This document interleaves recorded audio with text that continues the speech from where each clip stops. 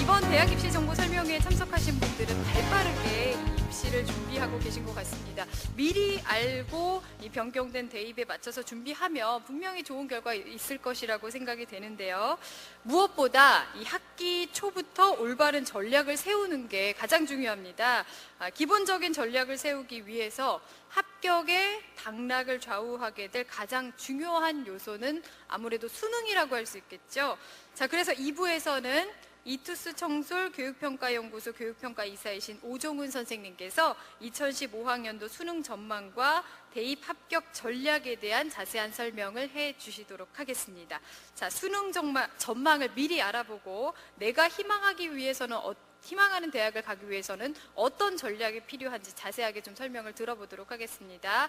오종훈 선생님을 큰 박수로 맞이해 주시기 바랍니다.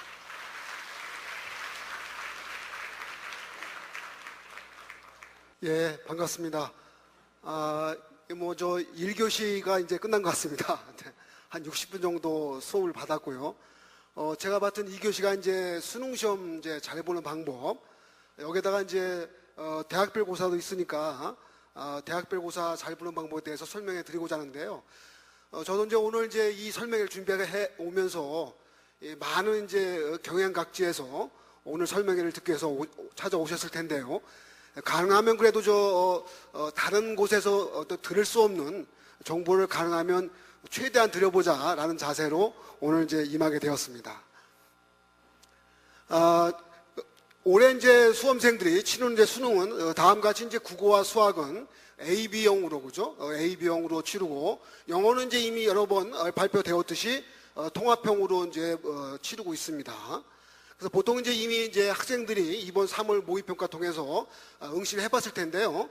보통 이제 국어, 그죠? A형은 주로 자연계 학생들이 많이 응시하고요. 그 다음에 이제 국어 B형은 이제 인문계 학생들이 대부분 응시하고 있습니다. 반대로 이제 수학 경우에는요, A형이 이제 쉬운 A형인데 문과 학생들 대부분 응시하고요. 수학 B형은 이제 이과 학생들, 자연계 학생들이 응시하고 있습니다. 자, 작년과는 다르게 영어는 이제 공통으로 치르기 때문에 인문계 자연계 학생들이 모두 영어는 이제 공통으로 응시를 하고 있습니다. 자, 그러면 이제 학생에 따라서는 이게 보통 내가 이제 의대 지망생인데 국어도 잘하고 수학도 잘하니까 혹시 B형 볼 수 없느냐, 이렇게 또 자신 있게 나서는 학생이 있을 수 있는데요. 현재 수능 응시 체계에서는 B형을 볼 수가 없습니다. 기본적으로요. B형을 볼 수 없기 때문에 아무리 이과생이 국어를 잘한다고 해서 만일 국어 B형을 보는 즉시 수학은 A형 보기 때문에 그 학생은 아예 의대 지망 자격이 없습니다. 없기 때문에 어쨌든 이제 국어는 이제 대체로 A형, 자연계의 경우죠. 그 다음에 인문계는 보통 B형을 보고 있더라. 이렇게 생각하시면 될 것 같습니다. 저희가 이제 이 화면상을 보셨을 때 수학 A형에 인문계 학생들 써 있고 자연계 일부가 이렇게 기재돼 있어 갖고 저게 또 어떤 의미인가를 또 아마 이제 생각하시는 부모님들 계실 텐데요. 이렇게 이해하시면 됩니다. 보통 이제 서울이죠. 인서울이라고 볼 수 있는 서울 소재대학들은 자연계 모집 다니는 경우에 수학 B형을 대부분 지정하고 있습니다. 그러니까 어떤 의미에서 그래서 서울권인데 자연계 모집단을 지원하고 싶으면 그 대학들이 대부분 수학 B형을 지정했기 때문에 불가피하게 다 B형을 응시할 수밖에 없습니다. 다만 이제 경기권을 가든지 지방 쪽 대학을 가다 보면요, 자연계 모집단임에도 불구하고 수학 A형을 허용하는 대학이 있습니다. 수학 A형을 허용하는 대학이 있습니다. 예를 들면 경기권 대학에 예를 들어 강남대라든지 안양대라든지 뭐 대진대라든지 조금 이제 지명도는 낮지만 그런 대학들이 수학 A형을 허용하기 때문에 대체로 이과 학생임에도 불구하고 수학 B형을 봤을 때 등급이 5등급 바뀌죠, 그죠? 6등급, 7등급 나오게 되면 현실적으로 6등급, 7등급 가지고서 서울소재대학 가기는 어렵단 말이에요, 그죠? 그런 의미에서는 그런 학생들이 일부가 수학 A형을 봐서 보통 이제 수학 B형에서 만약 5등급을 받는 학생이면 수학 A형을 전환한 즉시 한 3등급 정도를 받게 되는데요. 이러한 유리함 때문에 자연계 일부 학생들이 수학 A형을 본다더라. 이렇게 아마 이해하시면 될 것 같습니다. 다만 이제 주요 대학을 응시하려고 하면 당연히 자연계 경우에 B형을 보겠지만 그런 예외적인 상황이기 때문에 일부 학생들은 수학 A형을 볼 수도 있다. 이렇게 아마 이해하시면 좋을 것 같습니다. 자, 만약에 이제 2017 수능까지 이제 보시게 되면 국어는 이제 A, B형이 아니라 통합해서 보게 됩니다. 이제 좀 이제 유감스럽게도 지금으로 보면 어떻게 됩니까? 3수 정도 하면 국어를 통합하게 되는데 현재 기준에서는 내년까지는 수능 체계가 동일하니까 혹시 수험생이나 학부모에 따라서 이런 학생이 있습니다. 이번 3월 모의평가를 봤을 때도 뭔가 또렷하게 공부하지 않고 있다. 그렇다 한다면 내년까지 또 기대해 볼 수 있습니다. 내년까지 기대해 볼 때는 실제 내년도 수능 체계는 올해하고 동일하니까 이런 점 참고해서 자녀들 아마 지도할 때 참고하시면 좋을 것 같습니다. 자, 좀 더 세부적으로 보겠습니다. 보통 이제 자녀들하고 이제 우리가 이제 대화를 하다 보면은 보통 이제 공부 잘하라는 정도의 말씀만 가지고는 또 자녀들과의 소통이 좀 덜 될 수가 있습니다. 그죠? 그래서 좀 영역으로 들어갔을 때 과연 국어 A형은 어떤 범위에 출제가 되고 국어 B형은 어떤 범위에 출제가 되는 것도 좀 알아두면 아마 이제 학원을 고르거나 학습에 대한 진단을 할 때 조금의 도움이 될 거라 보고 있습니다. 자, 국어 A형은 이제 처음 1번부터 5번까지가 화법이라고 하는데 예전에 듣기평가로 나왔던 문제입니다. 그죠? 듣기평가 5문제가 나왔는데 이 부분이 이제 듣기가 아예 사용되지 않기 때문에 간접평가 방식으로 출제하는 것이 화법문항이다라고 보시면 됩니다. 그래서 가끔 이제 학생에 따라서는 화법 문제가 의외로 쉬울 수도 있는데 가끔 2번, 3번에서 틀리는 학생들이 가끔 나옵니다. 그죠? 그거는 이제 그런 문항 형식에 좀 이제 익숙해지지 않았기 때문에 틀릴 수도 있으니까 듣기 평가가 간접으로 본다. 간접으로 본다는 의미는 뭐냐면 듣기 지문이 나오는 거죠. 그 지문. 듣기를 직접 할 수는 없으니까 지문이 나오면서 거기에 대한 이제 문항을 물어보니까 거기에 대한 이제 문항 형식에 좀 익숙해질 필요가 있다라고 보시면 되고요. 국어 B형경은 기본적인 이제 답안문에다가 심화 반대 신문식 토론이라고 해서 A, B가 서로 이제 찬성과 반대로 이루어지는 토론 지문이 주어집니다. 그죠? 그런 부분들이 또 추가되어 나온다라고 보시면 될 것 같고요. 다음에 쓰기 문제 나오죠. 역시 쓰기 문제도 역시 마찬가지로 직접 원고지에 쓸 수 있는 방식이 아니기 때문에 간접 글쓰기 방식으로서 출제를 하는 방식이고요. 주로 이제 사회문화적인 이제 소재를 가지고 나오는데 B형 경우는 이제 요약문 정도가 더 추가되더라 이렇게 보시면 될 것 같습니다. 저희가 이제 보통 이제 나중에 또 말씀드리겠지만 논술 대비가 상당히 좀 올해 수시에서는 상당히 관건이 될 수 있습니다. 그죠? 그러다 보면 논술에 대한 준비를 또 어떻게 해야 되느냐, 또 날마다 해야 되느냐 이런 어려움이 있을 수 있는데요. 사실 이 쓰기 문제를 대비할 때 특히나 문과생 경우에는 요약하는 정도의 지문도 나오다 보니까 이런 국어 B형을 대비하면서 또 다른 이제 논술도 대비할 수 있는 시간을 갖는다고 하면 조금 여러 가지 공부를 하는데 조금 효율적인 공부가 되지 않을까라고 보고 있습니다. 그래서 국어 B형조차도 어떤 논술 대비할 때 좀 활용할 수 있다 이런 생각을 가지면 좋을 것 같습니다. 문법이 이제 새롭게 추가된 내용입니다. 작년부터 나오긴 했지만 문법 1과 2가 있는데 어떤 이제 문법에 대한 기본 개념을 물어보기 때문에 학생에 따라서는 워낙 책도 많이 읽고 그죠? 독해력이 좋아서 웬만한 경우면 국어는 특별한 공부를 하지 않고 시험을 치르는 경우도 있는데요. 사실 이 문법 문장만큼은 예외입니다. 그죠? 문법 문항은 우리가 우리말을 안다고 해도 문법 문제를 출제하다 보면 틀릴 수가 있잖아요. 그죠? 그런 의미에서 다른 유형은 거의 다 예전하고 비슷하다고 볼 수 있지만 문법 문항만큼은 별도로 5문항 정도가 A형, B형 나오기 때문에 별도의 지식과 암기가 필요하다라고 이해하시면 좋을 것 같습니다. 다음에 독서학 문학은 예전과 거의 비슷한 방식입니다. 독서라는 것은 이제 흔히 비문학 독해라고 해서 인문지문, 사회지문, 과학지문이 나오는 식이고요. 여기에 이제 국어 B형 경우는 이제 독서 전략이라고 해서 별도의 교육 과정이 추가되었기 때문에 독서 전략에 관한 문제가 독립적으로 한 문항이 나옵니다. 그죠? 이렇게 보시고요. 문학에서는 이제 일반적으로 시, 소설, 희곡, 고전, 고전시가라든지 고전소설이 나오는데 이 부분 다 비슷합니다. 다만 이제 A형과 B형의 차이가 A형은 한 개의 시를 가지고 물어본다고 하면 B형은 이제 2개의 시를 가지고 물어본 정도의 약간 차이만 있을 뿐입니다. 자, 종합해 볼까요? A형, B형 경우는 이제 비문학 지문이 유사한 것도 있고 좀 다른 부분도 있습니다. 그래서 A형은 이제 주로 자영자 학생들이 치르다 보니까 기술 지문이 좀 더 나오는 편이고요. B형 지문은 이제 주로 문과 학생들이 치르는 시험이다 보니까 인문 지문이 좀 더 많이 나오는 편입니다. 이런 특성을 기억해 두고요. 자, 그러면 이제 국어 A형 경우도 그럼 전부 다 문항이 다 다르냐? 그렇지는 않습니다. 3분의 1 종은 15문항 정도가 A형, B형 공통으로 나옵니다. 그죠?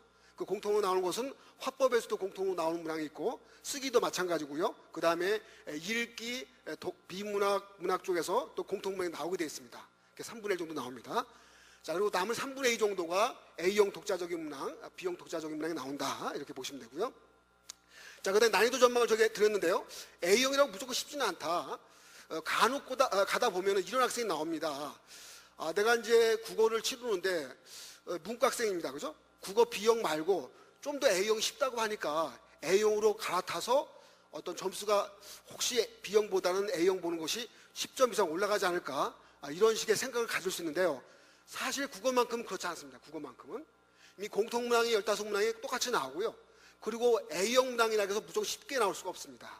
자, 이유는 뭐냐면 상위권 변별력 때문에 그렇습니다. 상위권 변별력. 기본적으로 A형 치르는 학생들은 의대 지망생이라는 상당히 우수한 학생의 실력들이 보기 때문에 이걸 쉽게 내다고 와서 상당히 문제가 생깁니다. 그죠? 그 최상위권 변별력 때문에 A형 자체가 B형에 비해서 약간 쉬울 뿐이지 아주 쉽지는 않습니다. 그죠? 그래서 굳이 B형에서 A형 갈아타기가 보통 성공할 수 없는 요인입니다. 수학 경우는 예외적으로 가능한데요. 국어는 보통 그렇지 않습니다.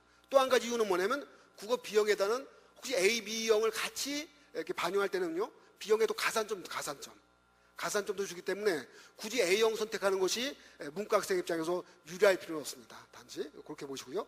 근데 가끔 보다 보면 근데 왜 음대 지망생이라는 예체능 학생들은 왜 A형을 또 쓰느냐? 그거는 수능 자체의 비중이 작기 때문에 그렇습니다. 또 하나는 국어 A형을 찍거나 국어 B형 찍거나 비슷합니다. 그 학생 입장에서는. 그런 경우는 뭐 A형을 돌리는 경우는 있는데 굳이 B형 가산점이 있는데 A형 돌리는 경우는 좀 저로 보면 좀 위험할 수 있다라고 생각하시면 될 것 같습니다. 자, 그 다음에 국어 영역의 특징이 있습니다. 다른 수학과 영어와 다르게 등급감 점수차가 우리말을 가지고 공부하는 거기 때문에 상당히 작습니다.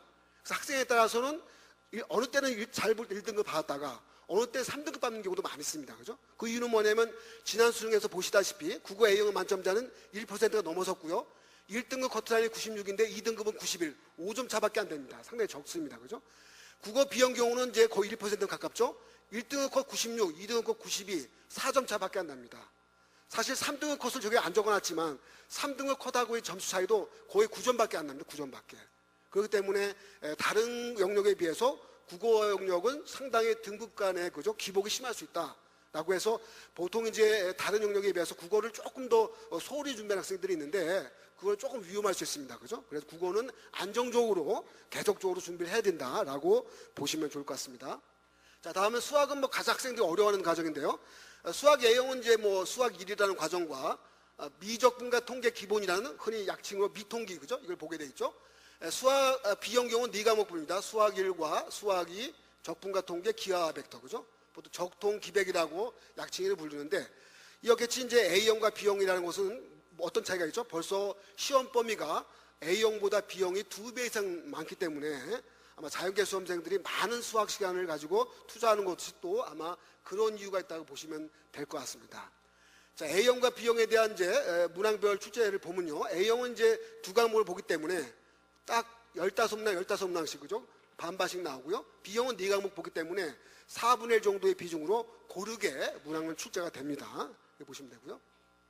A형과 B형 공통문항은 보통 7문항 정도다라고 생각하시면 될 것 같습니다. 자, 세트형 문항을 해서 이제 같은 주제를 가지고서 물어보는 게 2문제가 있고요. 자, 여기 저희가 굳이 적어놨습니다. 단답형 문항은 3자리 이하 자연수 출제된다. 보통 아시죠? 그죠? 보통 객관식 문항 나오고 맨 마지막 한 9문항 정도가, 그죠? 단답형 문항 나오는데 이게 이제 3자리 이하 자연수로 출제된다라고 보시면 될 것 같습니다. 다음에 난이도 전망을 보시면 이제 상위권 변별력 때문에 A형은 주로 2문항 정도, B형은 4문항 정도가 좀 어려운 문제를 출제를 보통 하는 편입니다. 근데 그 어려운 문항에 대한 배치가 학생들이 이제 중간 정도에 배치하면 그 문제를 잘 못 풀어서, 그죠? 상당히 어려움을 겪는 것을 이미 알고 있기 때문에 보통 통상적으로 맨 마지막 문제, B형 경우는 맨 마지막과 그 전문항 정도가 상당히 어려운 문항이 나온다라고 생각하시면 될 것 같습니다. 저희가 이 시간이 좀 딱딱하기 때문에 저희가 단답형 문항에 대해서 좀 설명해 드리는데요. 이렇게 3자리 수로 출제되니까 도저히 못 맞추는 문제가 아닌가라고 생각할 수 있는데요. 정상적으로는 이제 실력으로 맞추는 것이 중요하고요. 제가 작년도 참고로 말씀드리면 이 단답형 문항을 찍어서 맞추는 학생이 있었습니다. 찍어서 맞추는 학생. 그 신뢰가 뭐냐면요. 아마 지금도 한번 검색어 치시면 나올 겁니다. 아마 연예인 중에 동방신기 시아준수가 있을 텐데요. 시아준수 생일로 찍었습니다. 생일로. 시아 생일이 12월 15일 날이었는데 29번을 A형 문장이었습니다. 29번을 12로 찍고 30번을 15로 찍었더니 두 문항 다 맞았습니다. 아주 이게 바로 수능 대박이죠. 통일 대박보다 더 좋은 수능 대박인데, 저희가 이제 일부러 이 말씀을 드린 게요. 끝까지 놓치지 말라는 겁니다. 세 자리 자연수니까 어차피 보통 두 자릿수 가지고 답을 많이 내는 경우가 많고요. 거기다 동호수로 찍어서 됐어요. 동호수. 안 찍어서 그냥 놓치느니 찍어서 맞추면 좋고, 안 맞추면 뭡니까? 정의는 살아있는 거죠. 그죠? 실력 없어 틀렸으니까. 전혀 문제가 없는 상황이니까 끝까지 열심히 해서 맞춰보자라고 하는 의미에서 제가 잠깐 이제 세자의 자연수다라는 것을 좀 강조해 드렸습니다.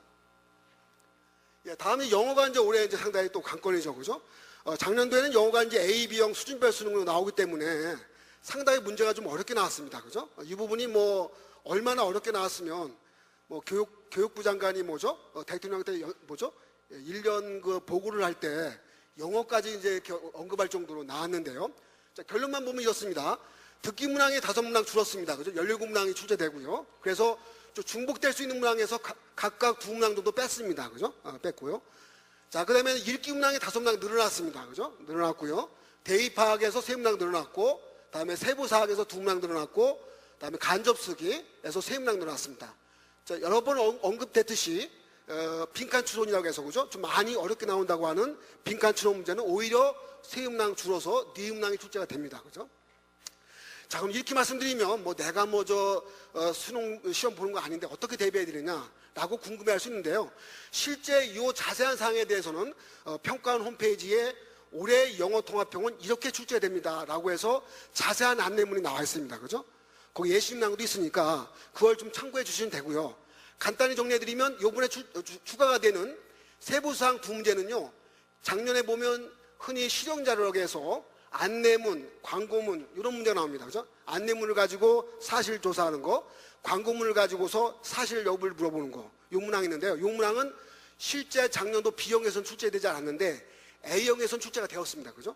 그래서 학생들 혹시 요번에 세부사항에서 2문항 늘어나는데 도대체 어디서 더 나오는 거냐라고 물어본다면 단적으로 작년도 A형 독해 문제에서 안내문, 광고문에서 나오는 거다라고 말씀해도 좋습니다. 기본적으로 이렇게 좀 말씀해도 좋고 그 사항이 바로 이제 여기 언급되듯이 실용자료, 도표자료겠는데 이 실용자료입니다. 그죠? 실용자료라고 해서 A형만 나왔습니다. 그죠? 실용문하고 해서 안내문도 나오고 광고문 나왔는데 그 안내문, 광고문 내용이 더 2문항 더 추가된다. 그 어떤 문항 유형에서라고 문항수에서 생각해 주시면 되고요. 두 번째로 이제 대입학은 뭐냐면 주제 찾고 요지 찾고 이런 거기 때문에 요것도 사실은 작년도 A형은 올해 B형보다 B형보다 쉽게 나가고 있기 때문에 이런 유형 문제가 좀 나와 있습니다. 그래서 혹시 이번 기회에 보통 이제 주로 영어는 이제 비용 중심으로 해서 고2 때 준비했을 텐데 다시 영어가 통합되면서 추가된 문항이 뭔가를 가지고 고민해 본다고 하면 작년도 A형 문제죠. 작년도 A형 독해에서 실용문 문제하고 대입학에서 좀 추가된 문제들 보면 좀 참고가 될 것 같다라고 아마 이해하시면 좋을 것 같습니다. 자, 그 다음에 이제 난이도 전망을 보시면 쉬운 수능이 전망이 되기 때문에 아마 상위권 변별력이 약간은 우려가 됩니다. 그죠? 약간 우려가 됩니다. 다만 이제 그래도 어쨌든 상위권에서 만점자를 또 지나치게 많이 나올 수는 없기 때문에 저희가 조심스럽게 예상하기로는 한두 문항 정도는 난이도가 있는 문제 나올 수 있다. 그것이 어디냐면 주로 빈칸 추론에서 4문항 가운데 하나 정도 그죠? 나올 수 있고요. 마지막 주 다루는 이 복합 문제가 장문 독해잖아요. 그죠? 장문 독해에서도 하나 정도. 또 아니면 이제 요 간접 쓰기라고 해서 요 글 순서 배우라는 거, 문장 삽입 유학, 이게 좀 학생들이 그 다음 좀 어려워하는 겁니다. 그 다음 어려워하는 거. 요 부분에서 조금 약간 중간 정도 난이도 있는 문제가 나오지 않을까라고 생각하고 있습니다. 지금 세세하게 다 설명해 드릴 수 없으니까 요거에 대한 사항은 평가원 홈페이지 통합형 수능에 예시한 자료가 자세히 나와 있으니까요. 그거를 미리 참조해 두시고요. 요번 3월 모의평가 때는 이것이 반영이 안 됐습니다. 기본적으로 그렇게 하세요. 요번 3월 모의평가 때는 출제가 이미 1월 달에 이루어졌기 때문에 이렇게 바뀌어진 유형이 안 나와 있습니다. 그죠? 안 나와 있으니까 그런 부분들도 아마 확인했으면 좋을 것 같습니다. 자, 그 다음은 이제 탐구 과목의 중요성입니다. 제가 이제 이 부분 뭐 탐구 역습으로 표현했는데, 보통 저희가 통상적으로 보면 탐구 과목이 옛날에 이 과목 반영되다가 작년부터 두 과목 반영됐는데요. 이렇게 두 과목 반영되다 보면 야, 탐구가 이렇게 좀 중요하지 않고 그냥 국영수만 잘하는 거 되지 않겠는가 이렇게 생각할 수 있는데요. 전혀 다릅니다. 이게 어떤 경우에서 이게 역습이 일어났냐면요, 이 우선 선발 폐지라는 것이 무섭습니다. 기본적으로 우선 선발 방식이 폐지가 되니까 대학에서 이랬습니다. 그죠? 작년도에 보면은 뭐 수능 최저 기준 매길 때 우선 선발 기준에서는 탐구를 무시하고 예를 들면 국영수 위주로 막 선발을 했습니다. 그죠? 정시도 마찬가지입니다. 그죠? 그렇게 됐는데 우선 선발 방식이 폐지가 되니까 4개 영역 고르게 반영할 수밖에 없습니다. 4개 영역 고르게. 그러니까 탐구가 포함되는 거예요. 기본적으로요. 그런 겁니다. 그러니까 예전 경우는 우선 선발 방식이 있었을 때는 특정 영역만 반영을 해서 탐구를 안 할 수도 있었는데요. 이게 이 방식이 폐지가 되니까 나름대로 탐구 영역까지 다 들어간 상태에서 수능 최저 기준을 매기거나 수능 영역을 또 반영하더라고요. 그런 의미에서 오히려 탐구가 상당히 중요해졌다라고 보시면 되고요. 그래서 탐구가 또 2과목밖에 안 보기 때문에 한 과목 망치면 또 큰일 납니다. 그죠? 기본적으로요. 이게 또 문제가 됐어요. 옛날 같으면 3과목 볼 때 한 과목 망쳐도 보통 2과목만 반영됐단 말이에요. 그런 의미에서 문제가 없었는데 2과목 대부분 다 주요 대학은 다 반영하기 때문에 한 과목 망치면 또 문제가 생기더라고요. 그런 의미가 있다는 거죠. 그래서 실제로 저희가 자연계로 보면 원래 가탐도 중요했는데 이 2과목밖에 안 보기 때문에 거의 자연계 탐구 한 과목은요 오히려 국어 비중하고 비슷합니다. 기본적으로요. 그 정도 자연계는 뭐 월등하게 중요하고요. 인문계조차도 탐구를 대부분 수능 최저 기준을 할 때 사용하다 보니까 상당히 중요하다고 보시면 됩니다. 자, 이 얘기는 뭐냐면요, 다르게 얘기하면 탐구 무시하지 말고 3월 달부터 공부했으면 하는 거죠. 그죠? 아니면 진작 겨울방학 때부터 공부했어야 되는데 이미 3월이 됐으니까 3월부터 공부해야 되고, 혹시 안 돼 있으면 4월부터라도 공부를 해야 된다는 얘기입니다. 그죠? 이걸 만약에 여름방학으로 넘기게 되면 여름방학은 상당히 어수선해집니다. 그죠? 자기소속에 쓸 때도 어수선해지죠. 또 원서 쓰느라고 어수선해집니다. 그죠? 그런 의미에서는 어쨌든 탐구는 처음서부터 하라라고 저는 꼭 당부드리는 바고요. 그 다음에 이제 제2외국어와 뭐 잠깐 앞선 강사님도 설명해 드렸지만 제2외국어도 상당히 또 굳이 문과 학생이라고 한다면 제2외국어를 또 안 할 필요는 없습니다. 기본적으로 제2외국어를 해도 돼요. 왜냐하면 이 제2외국어를 주요 대학교 경우에서는 정시에서는 탐구를 못 봤을 때 이거를 한 과목을 대체시킵니다. 그죠? 제2외국어를 잘 봤으면, 내가 이제 중국어를 잘 봤으면 중국어를 대체시키는 거죠. 또 특히나 이제 서울대, 연대고, 서울대가 이미 한국사를 고정으로 지정을 하기 때문에요. 한국사 망치면 상당히 애로사항이 생깁니다. 연대고대를 지망할 입장에서는. 그럴 때는 요 제2외국어를 잘 봤으면 탐구 한 과목이 대체가 되니까 그런 의미에서 중요하다는 얘기입니다. 그죠? 자, 그럼 이 정도까지 말씀드렸으면 또 이런 의문이 생기죠. 그러면 우리 아들은 국영수도 지금 하기 바빠 죽겠고 탐구도 중요하다고 하는데 언제 제2외국어를 하느냐. 정말 근본적인 의문이 발생합니다. 발생하는데 저희는 뭐 제2외국어를 그렇게 신중하게 하라는 얘기는 아니고요. 선택이 있으니까 해보라는 뜻이고요. 실제로 작년도에 제2외국어에서 선택자가 제일 많은 과목은 이미 아시다시피 베트남어가 제일 많았습니다. 베트남 2만 명 정도 선택했어요.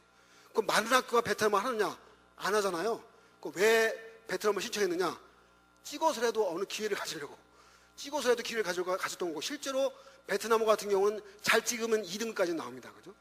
그러니까 뭐 탐구 한 과목 많은 3등급을 찍은 한 과목으로 대체되니까 이게 좀 공식적인 자리에서 이런 말 자주 쓰면 저도 많이 욕을 먹을 것 같은데 어쨌든 기회가 된다는 얘기입니다. 그래서 보통 이제 자기가 잘하는 과목이 있으면 그 과목을 해주시고요. 잘하는 과목 없을 때는 과연 아랍어를 할지 베트남어를 할지 이거 잘 선택하셔갖고 조상의 기운을 받아서 잘 고르면, 특히나 이제 이게 50점 만점이니까요. 저희가 통계를 내봤는데 1번은 보통 10점 미만입니다. 찍을 확률이. 그래서 3번, 4번에 찍으면 12점까지 나와요. 12점까지. 12점 플러스 정말 알파벳 외우시고 아라비아 숫자 외우시면은 적어도 5점 이상 맞습니다. 실제로 제가 경험해 보니까요. 제가 실제 경험을 해봤어요. 아랍어를 전혀 못하는 상태에서 아랍어 26자인가요? 알파벳 외우고 숫자 외우고 성실하게 봤죠. 왜냐하면 저 그림 보고 맞춘 문제도 있으니까. 봤더니 20점 이상은 나오더라고요. 그 실력으로 3등급, 실력 3등급. 여기다 잘만 찍었으면 더더욱 잘 맞았을 텐데 하여튼 그런 의미가 있어갖고 기왕이면 지원기회를 놓치지 말라 이런 의미에서 제가 말씀을 드렸습니다. 이제 연계 교재에 대해서도 설명해 드리겠습니다. 이런 기회가 많지 않으니까요. 아마 EBS 연계를 한다고 하니까 도대체 EBS 인강을 다 들어야 되는 거냐, 아니, 교재만 봐야 되는 거냐, 교재를 어디까지 봐야 되는 거냐도 아마 일목요연하게 정리가 안 된 것 같아서 저희가 정리해봤습니다. 기초과정에서는요, 수능 고교 영어 듣기가 있습니다. 고교 영어 듣기. 이건 연계가 돼 있습니다. 그죠?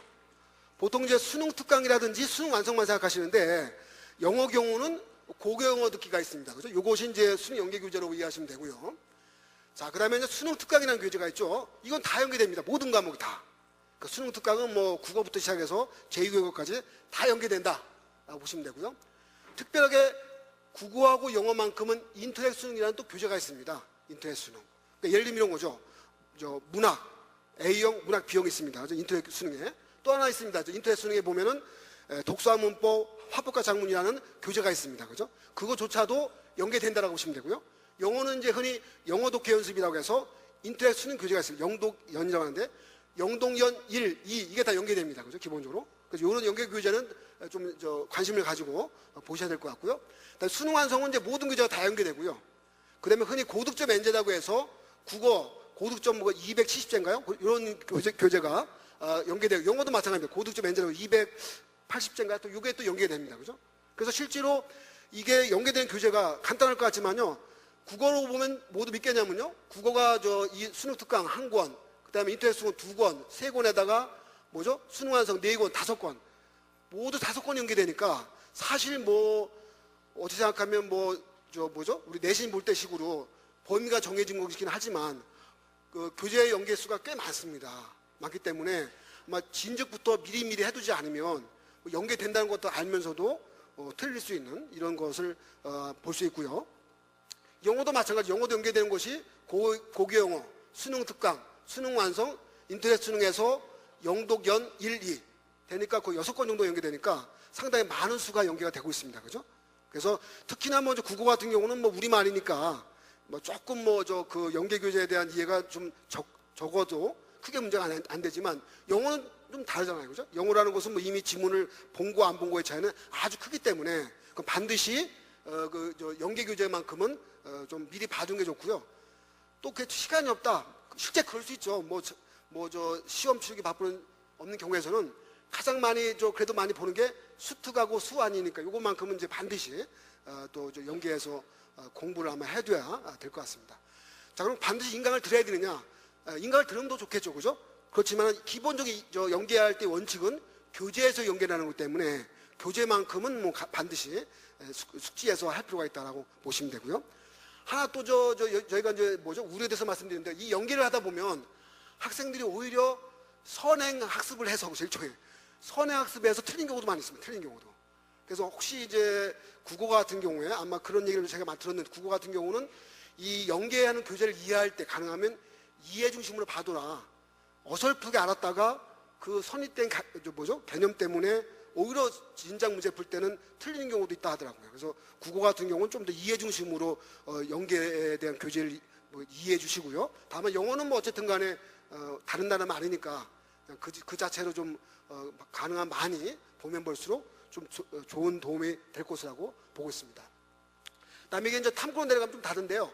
탐구는 워낙 교재 자체의 두께가 작습니다. 연계 교재가 수특이든 수완이든. 그래서 문제만 보시는 것이 아니라 그 기본 내용까지 탐구 과목까지 기본 내용까지 보셔야 실제 연계되는 효과를 볼 수도 있다라는 것을 저희가 또 추가로 말씀을 드리겠습니다. 다음은 이제 논술이죠.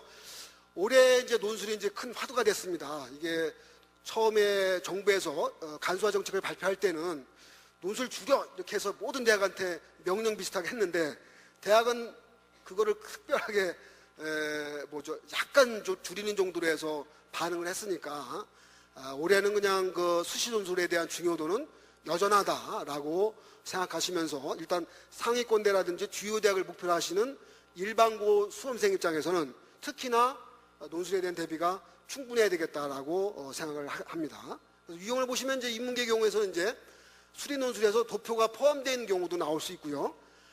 간혹 가다 대학에 따라서 영어 지문이 출제되는 경우도 있습니다. 그죠? 대표적인 대학이 외대, 경희대, 숭실대, 이화여대, 인문 1개월 요거는 이제 영어 지문이 나오니까 해당 대학의 출제 경우를 살펴서 대비할 필요가 있겠습니다.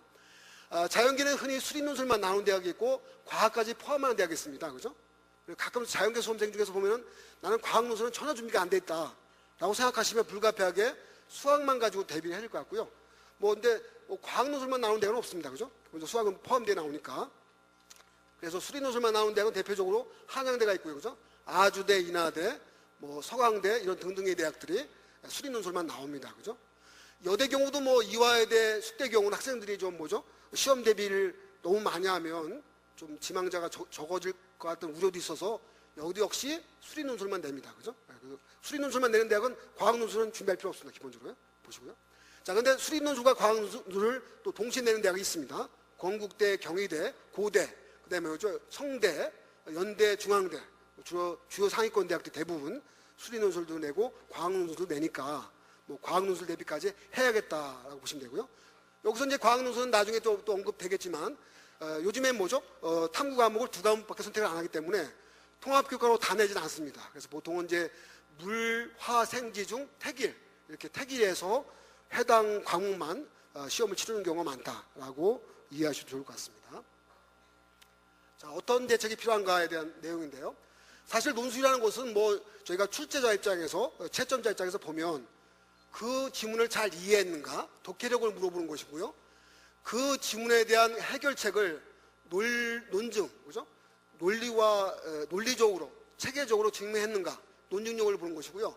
그다음에 표현력이라는 것은 이제 문장 맞춤법, 띄어쓰기 아니면 여러 가지의 그 기본적인 형식들 이런 것을 보는 거죠.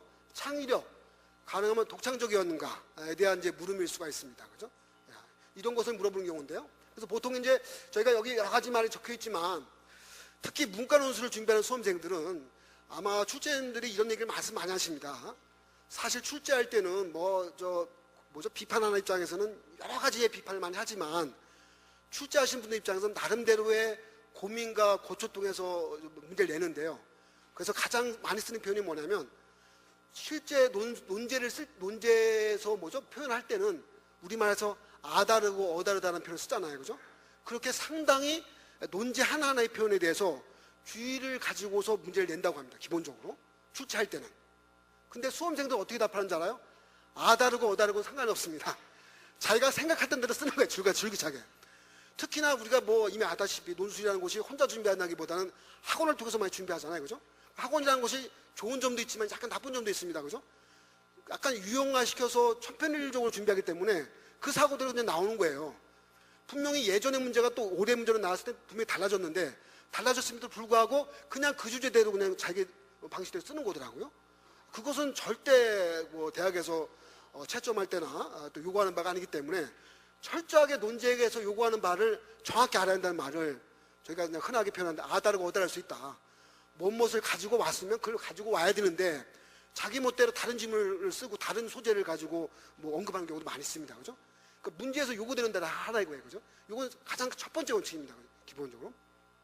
두 번째 저희가 이제 가장 논술을 쓸 때 가장 우려하는 학생들이 있는데 요즘에 그런 학생들이 많습니다. 그죠?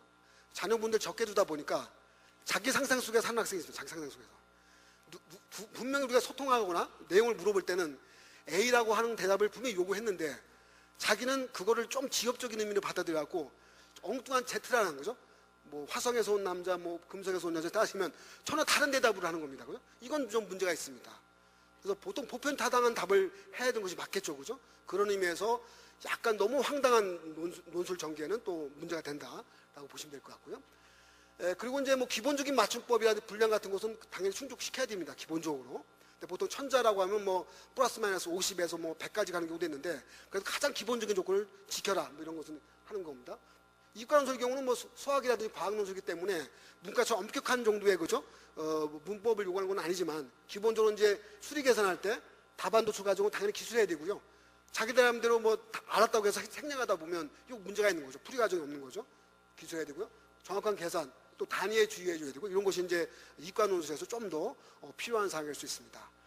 제가 이제 여기에서 좀 더 추가되는 내용은 뭐냐면 실제 이런 내용들을 그럼 어떻게 하는 게 좋으냐? 저는 사실은 논술은 돌직구식으로요. 어차피 논술은 대학이 출제하지 않습니까? 대학에서 출제하는 원칙이라든지 그 목적이라든지 그 의미를 정확히 이해할 필요가 있습니다. 그죠? 그리고 그 이해하려면 어디 가야 되느냐? 대학 기출문제를 보시면 되는데, 기출문제 보는 것으로 끝이지 않고요. 이런 문제가 나왔으면 문제에 대한 해제를 보통 대학 홈페이지에 실어놨습니다. 2013 수리 논술, 아마 논술의 출제문과 뜻, 어떤 식으로 써으면 좋겠다, 이런 식의 답이 또 나와있단 말이에요. 그런 식의 대학에서 요구되는 그 내용들을 충분히 숙지할 필요가 있습니다. 또 한 가지는 제가 지금까지 봐온 뭐 연대나 고대가 보시면 그 논술 강좌가 있습니다. 논술 강좌, 그죠? 홈페이지에 띄워놨잖아요. 논술 강좌를 직접 들어보시는 게 더 좋아요. 뭐 강좌, 학원 강좌도 필요는 하겠죠, 그죠? 필요한데 오히려 돌직구식으로 도대체 니네 대학에서 출제한 원칙이 뭐냐, 이거를 직접 들어보는 것이 더 필요합니다. 오히려. 그럼 그거에 맞춰서 또 준비한다고 하면 훨씬 더 좋은 아마 글을 쓸 수 있을 것 같고요. 또 대부분 대학들이 뭘 써놓냐면 논술 백서라고 해서 상당한 정도의 해제를 그 백서에다가 또 실어 놓습니다. 그러면 짧은 시간에 우리가 좀 공부하기가 어려우니까 그런 백서를 꼼꼼히 읽다 보면, 아, 이 대학에서는 실제 이런 걸 많이 요구하는구나, 이런 것을 실제로 이해할 수 있고 거기에 대해서 글을 써보는 이런 연습이니까, 오히려 논술에 또 더더욱 중요한 것은 자기가 제한된 시간에 글을 쓰는 거. 실제 저희가 학생들하고 이렇게 상담하다 보면요, 120분 정도 쓰니까 얼추얼추 하다 보면 시간을 거의 놓칩니다, 기본적으로. 그러니까 뭐 아무 생각이 좋아도 글을 구성하지 못한 문제가 생기잖아요. 이런 문제가 발생하더라고요. 그래서 오히려 대학에서 요구되는 것을 홈페이지 가서 또 자료를 통해서 많이 그냥 이해해 보는 것이 오히려 좋을 수 있다라고 생각해 두시고요. 이런 부분들을 좀 더 참고하는 것이 오히려 논술을 좀 직접적으로 대비할 수 있는 방법이라고 생각이 듭니다. 그다음 적성고사도 있는데, 적성고사는 이제 보통 3등급, 5등급 때는 수능 정도 성적이 이 정도 학생들이 보는데 많이 줄었습니다, 그죠? 많이 줄었기 때문에 좀 이제 이쪽 학생들이 그럼 어디로 가야 될지가 조금 이제 문제가 되는데, 그렇다 하더라도 뽑는 대학들은 실제 많이 뽑습니다. 뽑지 않는 대학이 아예 안 뽑기 때문에 줄었죠. 가천대 보시면요, 1,400명 뽑습니다, 기본적으로. 그 대학 중에 제일 많이 뽑습니다, 그죠? 그 다음에 수원대 996명 뽑죠. 그 다음에 고대 세종 445명, 홍대 세종 216명 정도 뽑으니까 적성을 뽑는 대학은 실제 제일 많이 뽑습니다, 기본적으로요. 뽑기 때문에 이쪽 지원 대학을 또 노리는 학생들 입장에서는 적성고사를 또 그 해당 대학에 맞춰서 준비할 필요가 있다라고 이해하시면 될 것 같습니다. 자, 순발력이 필요합니다. 왜냐하면 문항수가 많고 시간이 짧기 때문에요. 자, 근데 적성이라고 해서 너 적성 좋지? 그러면 그거 보는 시험이 아닙니다, 기본적으로. 적성이나 시험은 흔히 국어 영역, 언어, 수학, 수리 영역을 보기 때문에 어떤 학교는 또 영어도 봅니다, 그죠? 약간 가벼운 수능 시험이라고 보시면 돼요. 가벼운 수능 시험. 쉬운 수능 시험으로 보시면서 대비하는 것이 필요하고요. 이것이 또 학교에 따라서 출제 경향이 다르니까 예시를 가천대 적어놨지만 이렇게 학교 홈페이지에 공시했습니다, 그죠? 수능의 80% 정도의 난이도 내겠다. 한마디로 고등학교 과정에서 내겠다. 옛날 퍼즐형, IQ 이런 것을 내지 않겠다고 여긴 또 대학은 얘기했기 때문에 그 대학에서 요구하는 그 출제 방침에 맞추어서 준비를 하면 상당히 좋은 도움이 될 것 같습니다. 자, 면접이죠. 면접은 올해 이미 정부에서 딱 지시를 했습니다. 교과 면접 하지 마세요, 그죠? 이렇게 지필 면접 하지 말라 그랬어요. 그래서 이런 면접은 또 하게 되면 대학 평가를 받을 때 약간 지장이 있으므로 올해 약간 면접 방식이 아마 좀 다를 것으로 보겠습니다. 그래서 아마 이 부분은 뭐 또 대학에서 나름대로 아마 공지할 것 같은데, 일반 면접을 볼 것이다, 인성 면접 중심으로 볼 것이다라고 생각을 하고 있습니다. 그래서 이제 보통 이제 면접이라는 것은 흔히 학생부 교과 전형의 면접이 있고요, 종합 전형, 예전에 사정관 전형이었죠, 면접이 있고요, 특기 전형의 면접이 있는데 다 각양각색입니다. 모집 단위별로 다르고 전형별로 달라요. 그러다 보니까 이제 제가 이제 경험하다 보면 가장 정보가 요구되는 것은 오히려 면접 전형이에요, 면접 방식 같은 거. 근데 이것은 이제 작년의 방식도 참고해 주시고 올해 또 어떻게 또 하는지에 대해서도 대학 홈페이지 통해서 한번 확인해 보시면 도움이 될 것 같습니다. 제가 가끔 이제 면접 얘기를 듣다 보면 여러 가지 우스갯소리도 많이 듣습니다. 열에 한 명은요, 면접 보다 보면 운대. 그래서 저희가 첫 번째 면접 대비할 때 요령은 울지 마라, 톰주이라고 했습니다. 아니면 보통 이제 엄숙한 분위기가 되고 또 상황에 따라서는 자기도 서글픈 과거를 물어보면 울컥해갖고 또 이게 울기도 하는데, 실제로 면접이라는 것은 또 진행이 돼야 되니까 문제가 발생합니다. 그래서 실제로 뭐 질문 의도가 있으면 바로 요지부터 말하는 거, 이것이 중요하다는 것을 얘기하고요. 또 제출서를 꼭 꼼꼼히 확인할 필요가 있습니다. 특히 올해는 이게 3번이 중요합니다. 그죠? 자기소개서 학생부 같은 거. 학생부도 자기가 한번 읽고 가야 돼요. 자기가 쓴 학생부를 가지고 면접관이 물어봤는데 학생이 모르는 경우도 있어요. 그러면 이건 뭐 학생부에 대해 진실성부터 시작해서 상당한 정도의 감점받을 수 있는 상황이기 때문에 학생부 철저히 읽고 가야 됩니다. 그죠? 자기소개서도 읽고 가야 됩니다. 이 얘기를 제가 왜 하냐면요. 가끔은 부모님이 써준 경우도 있단 말이에요. 부모님이 써주는데 아이가 안 읽고 가봐요. 이게 또 큰일 납니다. 그죠? 써주는 것은 자유인데 하여튼 적어도 읽고 가라. 그래서 자기소개서하고 적어도 학생부만 읽고 가면 어차피 두 가지만 가지고서 평가를 합니다. 여기에 추천서가 있잖아요. 교사 추천서. 사실 교사 추천서는 자기소개서를 받침으로 해서 쓰기 때문에 추천서를 몰라도 사실 상관없을 정도로 보시면 되고요. 학교 선생님 뭐 크게 뭐 이렇게 척진이지 않는 이상은 잘 써주겠죠. 그죠? 잘 써주겠죠. 하여튼 그거보다는 자기가 할 수 있는 것은 자기소개서와 학생부만큼은 철저하게 숙지한 상태에서 가서 하라. 이거고요. 이것도 연습이 정말 중요합니다. 연습이. 그죠? 그래서 만일 모의 면접, 면접이 다음 주에 한다면 그 전주부터 엄마 아빠가 면접관이 되어서 연습할 수도 있고요. 뭐 학교 가서 연습할 수도 있고, 이 연습을 충분히 해간다고 하면 아마 떨리지 않고 충분히 아마 잘 될 것 같습니다. 또 바른 자세 유지하는 것도 이것도 막 요구되는 바입니다. 그죠? 보통 저희가 쓰는 어른들이 쓰는 용어하고 학생들이 쓰는 용어가 있는데 보통 정말로 다섯 하나 정도는 묻다 보면 당황했을 때 헐 이런 말이 나옵니다. 상당히 면접관은 익숙하지 않은 용어이기 때문에 되게 답답하죠? 당황해 한다 그러는데 좀 그런 일상적인 우리가 예의상 쓰는 표현들은 또 잘 써야 된다라고 이해하시면 좋을 것 같습니다. 자, 이제 이번 3월 평가에 대한 약간의 결과를 말씀드리고 이제 쭉 정리해 보겠습니다. 국어 A형 거죠. 1등급 컷라인이죠. 97점 예상하고요. 국어 B형이 좀 어려워서 94점 예상합니다. 이번 수학 A형 많이 어려웠습니다. 72점 정도 예상하니까. 이제 문과 수험생이 일단 많을 텐데요. 수학 점수 받아왔는데 반타작 받았다. 50점 받았으면 이번에 잘한 겁니다. 그죠? 3등급 받았습니다. 3등급. 그러니까 이제 수학이 이번에 많이 어려웠습니다. 기본적으로. 어렵기 때문에 이 좀 다른 과목보다 많이 어려웠다고 보시면 되고요. 수학 B형은 1등급 컷라인이 86 예상하고요. 영어는 이제 94점 정도 예상하는데 영어가 이제 이게 재수행 들어오면 좀 더 올라가겠죠. 그죠? 그래서 이제 특히 영어 같은 경우는 이제 그 문항 실수하지 않는 거. 특히나 영어에서 가끔 공부 잘하는 학생들이 듣기에서 한눈 팔아갖고 틀린 경우도 있습니다. 그죠? 사실 듣기에서 한눈 팔면 끝이죠. 한 번밖에 안 들려주니까. 그런 것 때문에 특히 영어 듣기 할 때는 상당히 집중하고 특히 말씀 많이 하죠. 영어가 언제 보죠? 3교시 봅니다. 그죠? 요 2교시 보고 나서 점심 먹잖아요. 그죠? 점심 먹고 보기 때문에 나른한 상태에서 봅니다. 그죠? 그 상태에서 영어를 보기 때문에 사실 조금 좀 준비를 좀 해서 영어 듣기를 좀 집중해서 볼 수 있도록 아마 자세가 필요할 겁니다.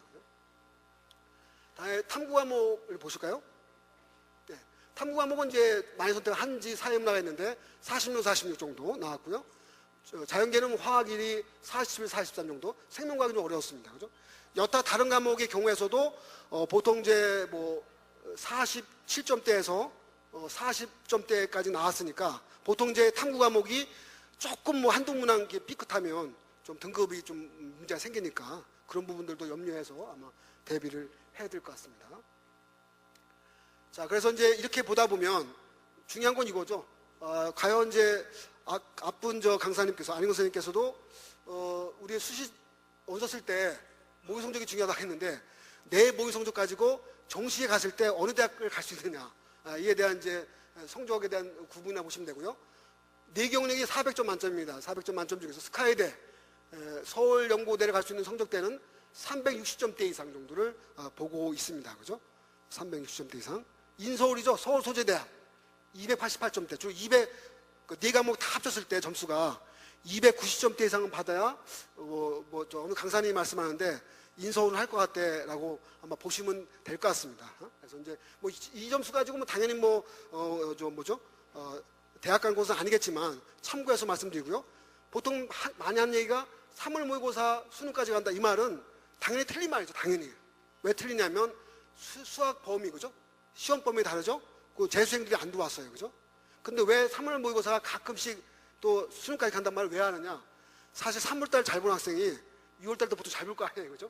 이런 대체적인 그 윤곽 때문에 그렇다는 경우고, 실질적인 그 문항 출제라든지 난이도는 6월 가봐야 결정이 되니까 지금 정도 나온 결과 가지고선 모든 학생들이 다 좋은 뜻으로 해석이 돼서 점수가 잘 나왔으면 그래 이해할 수 있어 라는 자세로, 성적이 안 나왔으면 강사님 말씀이 3월은 별거 없대 진짜 6월이 중요하더래, 그런 식의 어떤 만회를 통해서 가주는 것이 아마 좋은 도움이 될 것 같습니다. 다음에 자연계도 보겠습니다. 자연계도 이제 올해 의치안이죠. 의치안에서 의대 의학 지원서는 이제 저희가 370점대 보고 보시면 되고요. 서울대 연구대에서는 이제 350점대 이상을 보고 있습니다. 400점 만점에. 이게 문과보다 좀 내려가는 이유는 이렇습니다. 자연계는 아마 아시다시피 서울대보다도 더 좋다는 말은 표현 뭐하고 더 지망을 더 많이 하는 대학이 있습니다. 그죠? 의학 계열도 지망 많이 하죠. 또 서울대 못지않게 지망하는 대학이 어디 있죠? 뭐 카이스트라든지 포스텍 이런 과학기술 이런 것도만 지원을 많이 합니다. 그런 쪽으로 많이 빠져나가기 때문에 서영고에 대한 지원선이 조금 점수가 그죠? 문과에 비해서 좀 내려온다라고 생각하시면 되고요. 인서울 기준에서는 280점대 이상 정도 되는 것이 이제 현재 점수로 봤을 때 그죠? 대학 지원선을 이렇게 볼 수 있다라고 이해하시면 될 것 같습니다. 당연히 이 점수는 이번 3월 모의 결과니까 특별히 또 나중에 또 바뀔 수가 있는데, 어쨌든 이제 6월 결과까지 받아야 정말 수시에 어느 정도 지원 대학을 정할지에 대해서 아마 가늠이 잡힐 것 같습니다. 자, 다음 보겠습니다. 다음 이제 모의고사 일정이죠. 저희가 먼저 이 모의고사 일정을 어디서 많이 표를 봤을 텐데요. 당장 4월 모의고사가 이제 4월 10일 날이죠, 그죠? 중간고사 바로 있습니다, 그죠? 6월 모의 대송 중요하다고 하는데 6월 10일 날 있습니다. 기말고사 있고요. 7월 모의도 봅니다, 그죠? 수능 원서 작성이 8월 달에 있죠. 9월 모의 대송이 9월 3일 있습니다. 거의 매달마다 시험입니다, 매달마다. 시험이어서 특별히 시험 때문에 어려움을 겪는 경우가 많지 않은데, 그래도 항상 1교시 봤을 때 진짜 심장 떨려서 못 본다고 생각하면 10월 달 정도 되면요, 항상 수능 날 맞춰서 훈련을 해도 좋습니다, 그죠? 가끔 어떤 학생들은 국어 영역만 훈련해도 좋아요. 국어 영역만. 국어 영역이 몇 시죠? 8시 27일 완료에 8시 40분 시작하잖아요. 8시 40분에 줄기차게 계속 보는 거예요, 시험을. 그러면 그 시험에 대한 훈련을 좀 극복할 수가 있습니다, 그죠? 이런 식으로 해보는 것도 좋습니다. 자, 근데 저희가 가장 이제 중요한 일정은 8월달 원서 쓸 때 하고요. 정확히 9월달 원서 쓰긴 하지만 이때 많이 준비할 거 아니에요. 그 다음에 10월 말 정도에 상당히 수험생들에 대한 심정관리가 많이 필요합니다. 심정관리가. 왜냐면 10월 말 가면요, 특히 8월 달에는 이제 원서 쓰는 거 바쁘잖아요. 10월 말 가고 11월 초 가면 이때 되게 중요하잖아요. 한 2주일 정도가. 이때 뭐가 발표되냐면 합격자 발표가 막 나와요. 수시 합격자 발표가. 또 그것만 나오는 게 아니라 내가 떨어진 것도 나와요. 그러니까 위축도 되죠. 남 잘 된 거 꼴 보기도 싫죠. 이게 엄청나게 압박이 오기 때문에 의외로 이게 준비하기가 상당히 어려울 수 있습니다. 그 또 하나 뭐냐면요, 제가 면접 때 자세히 말씀 안 드렸지, 면접 때도요, 좋은 취지로 대학에서 말을 할 때도 있는데 그 좋은 취지는 두 가지가 다 있습니다. 정말 학생이 훌륭해서 좋은 취직으로 나올 수 있고요, 이 학생이 떨어질 거기 때문에 우리 대학한테 원망하지 말라. 나는 참 위로의 말로 좋은 말을 하는 경우도 있대요. 가끔 이제 면접 갔다 오다 보면 다 붙은 줄 알아요, 그 대학을. 이것도 조심해야 됩니다. 그래서 특히나 10월 달 정도 되면 그러한 대학별 고사가 막 진행이 되니까 그때 조금 학생과 함께 심정 관리가 돼서 정말 정작 중요한 건 수능 날, 그죠? 수능 날 대박 날 수 있도록 찍어서 맞추든지 아니면 어떻게 실력으로 맞추든지 잘 맞출 수 있도록 한번 준비하는 것이 가장 좋지 않을까 생각합니다. 여러분 모두 수험생 여러분과 학부모 여러분 모두 행운이 되길 바라겠습니다. 그럼 마치겠습니다.